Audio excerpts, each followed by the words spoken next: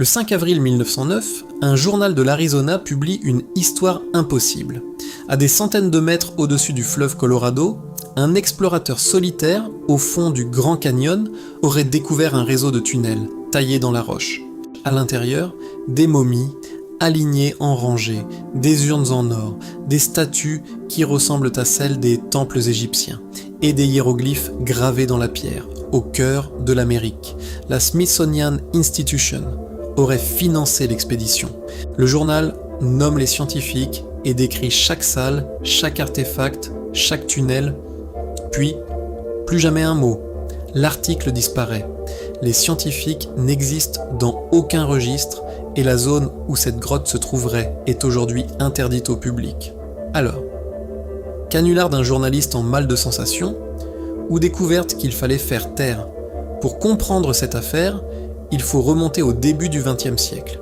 L'Europe et l'Amérique sont alors en pleine égyptomanie. Depuis l'ouverture du tombeau de Toutankhamon, le public est obsédé par l'Égypte ancienne, son art, son histoire, et surtout ses prétendues malédictions. Des histoires de malédictions, de pharaons font frissonner le monde entier. Dans ce contexte, une Amérique fascinée par l'archéologie est prête à croire que son propre sol cachait des civilisations oubliées. Bienvenue sur Shadow of History. Voici les faits tels que le journal les présente. Un certain J.E. Kincaid descendait le Colorado seul en canot, lorsqu'il repère une ouverture dans la falaise à environ 450 mètres au-dessus du fleuve. Intrigué, il escalade et pénètre dans ce qu'il décrit comme un immense réseau souterrain, des tunnels parfaitement taillés, des salles symétriques, comme si quelqu'un avait creusé ce labyrinthe avec une précision chirurgicale. Il alerte ses supérieurs. Le professeur S.A. Jordan, également du Smithsonian, le rejoint avec une équipe complète. Et ce qu'ils auraient trouvé à l'intérieur dépasse tout ce que l'archéologie américaine avait jamais documenté.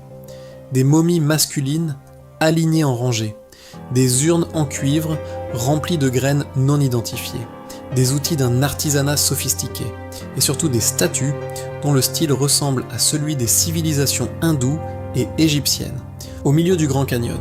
L'article va encore plus loin, il cite Kincaid mot pour mot. L'Égypte et le Nil, l'Arizona et le Colorado seront liés par une chaîne historique. Une chaîne qui repoussera les limites de l'imagination. Le journal parle d'une civilisation entière enfouie sous le canyon. Une civilisation qui remettrait en question toute l'histoire du continent. Mais si cette découverte était si monumentale, pourquoi n'en a-t-on jamais reparlé après le 5 avril 1909 ? Rien. Aucun journal ne reprend l'information. Aucun suivi. Aucune confirmation. L'Arizona Gazette ne publie jamais de second article. L'auteur de l'article est anonyme. Aucune signature. Aucun crédit.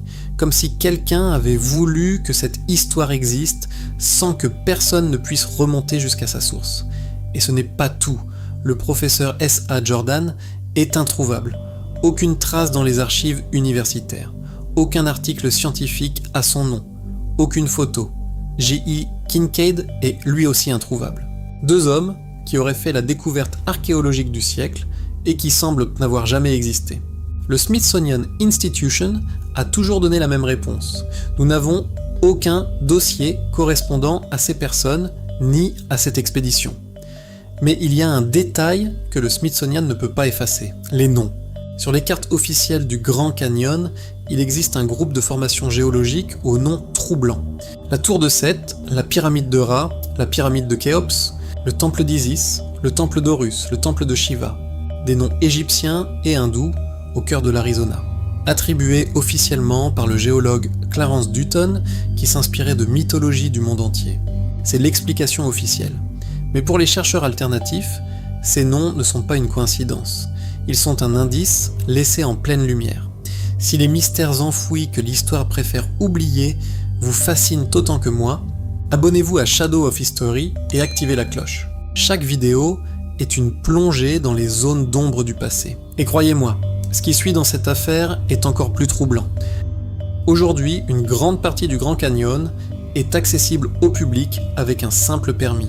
Mais certaines zones restent fermées, officiellement pour des raisons de sécurité et de préservation des sites amérindiens sacrés. La Stanton's Cave par exemple, une grotte réelle, fouillée en 1969. Des archéologues y ont trouvé des figurines animales en bois, vieilles de plusieurs milliers d'années, et des ossements. Puis la grotte a été scellée avec des barres métalliques. Plus personne n'y entre. La question que personne ne pose publiquement est celle-ci. Combien d'autres grottes existent dans ces falaises que personne n'a jamais explorées? Le Grand Canyon s'étend sur 450 km. Ses parois sont percées de milliers de cavités, et une infime fraction a été documentée. En réalité, au début du XXe siècle, une grande partie du canyon restait totalement inconnue. Le parc national n'a été créé qu'en 1919. Avant cela, ces falaises gigantesques étaient à peine explorées. Des explorateurs racontaient déjà avoir aperçu des ouvertures de grottes très haut dans les parois. Des cavités visibles depuis la rivière, mais impossibles à atteindre avec les moyens de l'époque. Et même aujourd'hui, les géologues reconnaissent que le canyon contient des milliers de grottes naturelles. Certaines ont été étudiées, mais beaucoup restent hors d'atteinte. Cela signifie une chose simple. Personne ne peut affirmer avec certitude que toutes les cavités du canyon ont été explorées. Et c'est précisément ce point qui alimente encore le mystère. Les partisans de la théorie du cover-up avancent un argument simple. Si l'article de 1909 était un pur canular, pourquoi fait-il encore autant de bruit plus de 100 ans après? Pourquoi le Smithsonian a-t-il jugé nécessaire de publier des démentis officiels? On ne dément pas un article que personne ne prend au sérieux. Les sceptiques, eux, font remarquer un détail dans l'article. Ils utilisent le terme Smithsonian Institute. Or, le nom exact est Smithsonian Institution. Une erreur qu'un vrai employé n'aurait probablement pas commise. Alors qui a raison? Le sceptique qui voit un canular grossier, ou le chercheur alternatif qui voit une vérité qu'on a tenté de faire disparaître? Voici ce qu'on sait avec certitude. Un article a bien été publié en première page de l'Arizona Gazette le 5 avril 1909. Les noms égyptiens sur les cartes du canyon existent. Des grottes scellées dans le parc existent. Et le Smithsonian a bien nié toute implication. Ce qu'on ne sait pas, c'est si un homme nommé J.I. Kincaid a réellement escaladé cette falaise et pénétré dans ce labyrinthe. Le Grand Canyon fait 1800 mètres de profondeur. Ses couches géologiques remontent à 2 milliards d'années. Et dans ses parois, il y a des milliers de grottes dont personne ne connaît le contenu. Peut-être que Kincaid n'a jamais existé. Ou peut-être que tout cela n'est qu'une histoire inventée par un journaliste. Ou peut-être que quelqu'un a trouvé quelque chose au fond de ce canyon. Quelque chose d'assez important pour qu'on décide que personne ne devait en entendre parler. Une dernière question avant de partir. Qu'est-ce que vous pensez vraiment que Kincaid a trouvé dans cette grotte? Une civilisation oubliée, une mauvaise blague de journaliste ou quelque chose que l'on préfère garder secret? Dites-le dans les commentaires. Je suis curieux de lire vos théories.